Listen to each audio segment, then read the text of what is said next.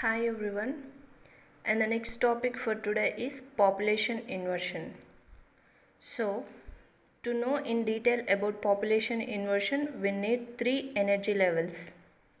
But before that, remember the condition N2 should be greater than N1.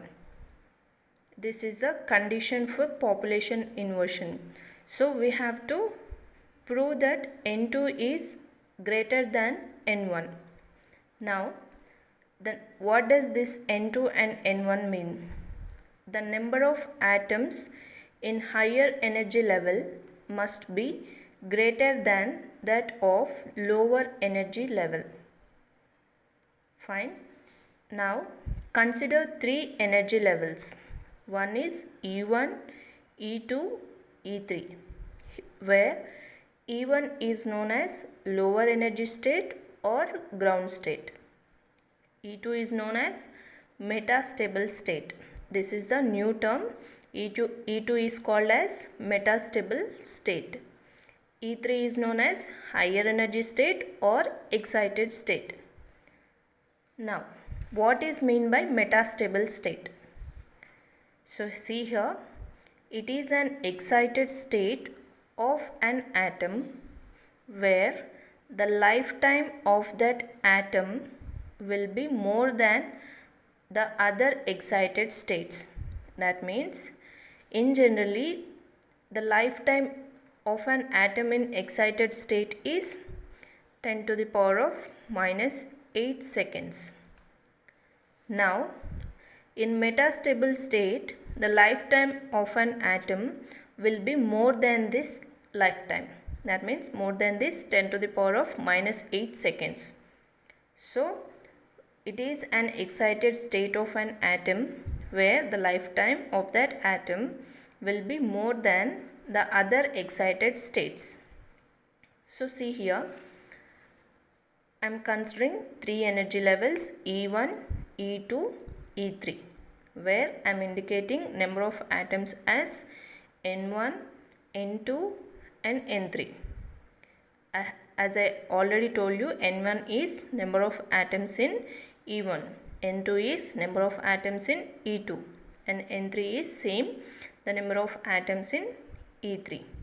Now, I am considering some atoms in E1 state.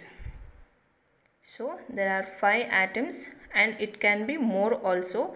For an example, I am considering 5 atoms. Now, I am giving some energy to these atoms.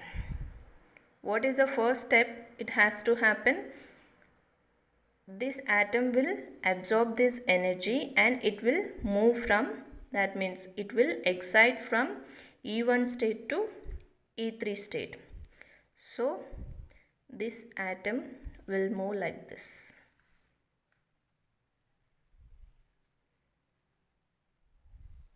Now, the same energy is given to the second atom. And now, this atom will move like this.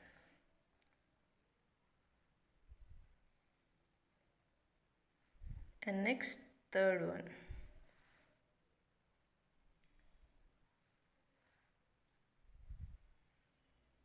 So, we will be giving some energy to these atoms in E1. They'll absorb that energy and they'll move from E1 state to E3 state. So, for an example, I am taking 3 atoms to the higher energy state. The 4th, 5th, 6th atoms also will move to E1 to E3 state, but as an example, I am just taking 3 atoms. Now, in the excited state, what is the lifetime of an atom? 10 to the power of minus 8 seconds. After this lifetime is being completed to these atoms, they will once again de-excite from E3 to E2. From E3 to E2, not from E3 to E1. They'll jump from E3 to E2.